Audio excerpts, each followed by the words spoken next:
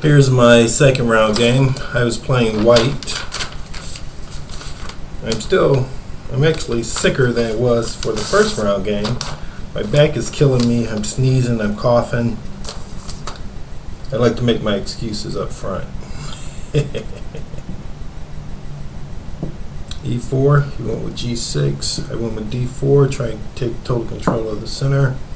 He went G7. F3, developing my king side first. C5. I went C3. I'm not expecting him to exchange here, but if he does, I want to just shut down this diagonal. He did actually exchange. So now I'm thinking at some point I'm going to have to push that E5 or D5. He takes the E4 square right away. I really don't want to isolate my pawn this early in the game, so I go E5. He went E6, shutting down this bishop, which, you know, we always feel is a bad move. But do you want to set your bishop here, in which case at some point I'm going to try to exchange off my knight for it? Do you want to set him here? I'm going to attack it. You're going to have to exchange it off for the knight, which isn't bad. It'd be better to get rid of the bishop than to have a bad bishop sit there. Or you develop it at B7 or A6. A6 is good if you can exchange it off for white's good bishop. All in all, I really don't think that's a bad move. C6, I'm sorry, C3, knight to C3, A6, bishop E2. I took a long time trying to decide which of these two squares to take the bishop to. Probably took too long to decide it. Finally went E2. F5. Now my feeling was he's making too many pawn moves. I need to find some way to take my lead and to take advantage of my lead in development. And this was the brilliant move that I came up with. I thought I'm attacking his queen moves. I get the castle. Everything is finished. I just gotta find some way to break through now. The computer suggests A4, A5 at some point. Knight E7. I'm tying down his knight, and no one else has really developed. The bishop is biting on a rock.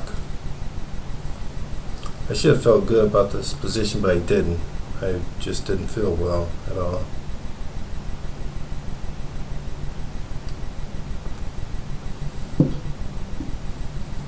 I went ahead and took the check. He challenged my queen.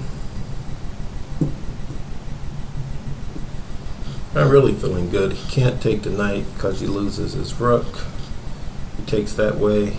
I take with the bishop. He takes. He loses his rook. I take with the bishop.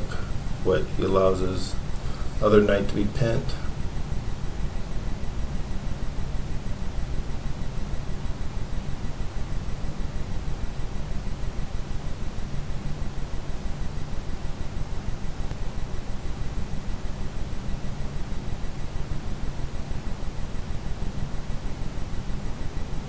Which might not have been bad.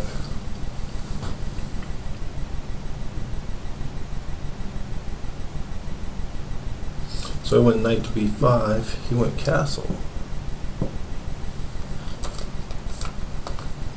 Then I found this move which I thought was pretty good. I maintained my pin on the rook. Now I'm threatening to capture the knight.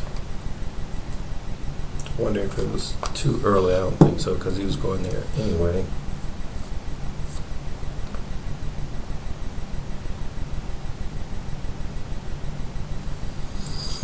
Maybe in this position, instead of dropping back with the queen, could have went to C1 first. Then he plays here. I drop back. He gets the knight. I get the knight. Gets the bishop. I get there. Steps over. Possible.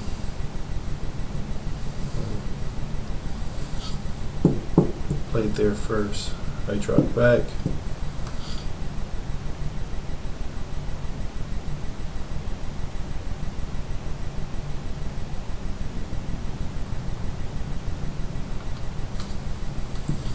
this position, I drop back. He plays the knight up to c6.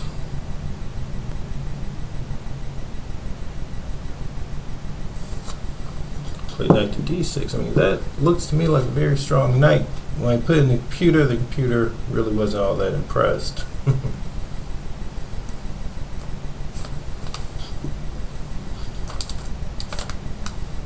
Queen c3. I had to be careful. There could be a sacrifice here with a take here attacking both the knights.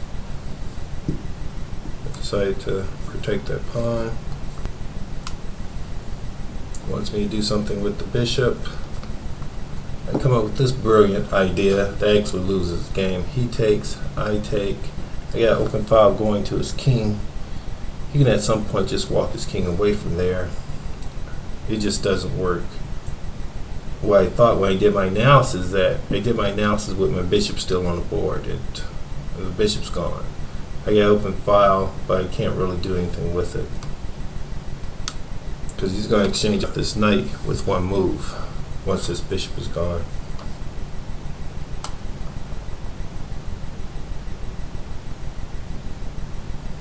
But he thought I saw something that I really didn't, so he moved his queen away. I was more than happy to take that knight off now.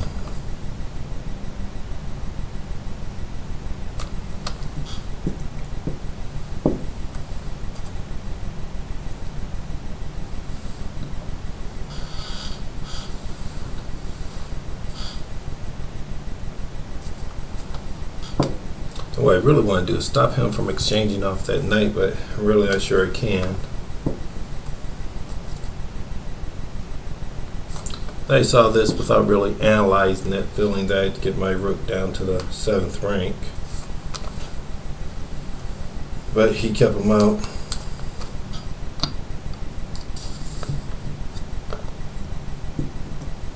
Knight takes queen.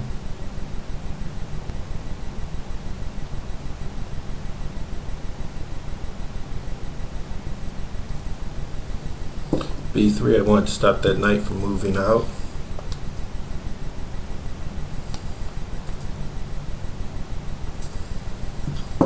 He still wants to get rid of my knight.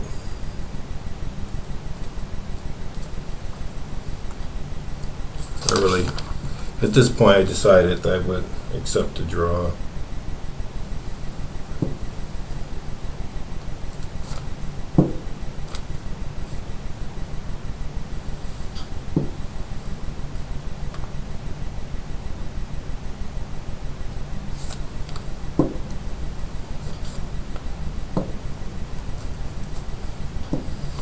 Here I offered to draw, even though if I was in good health, I probably would play on, but I wasn't, so I was just happy to get the half point. He accepted the draw.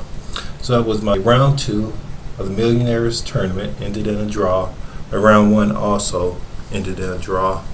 I could have fought on to hopefully have won both those games, but I was too sick.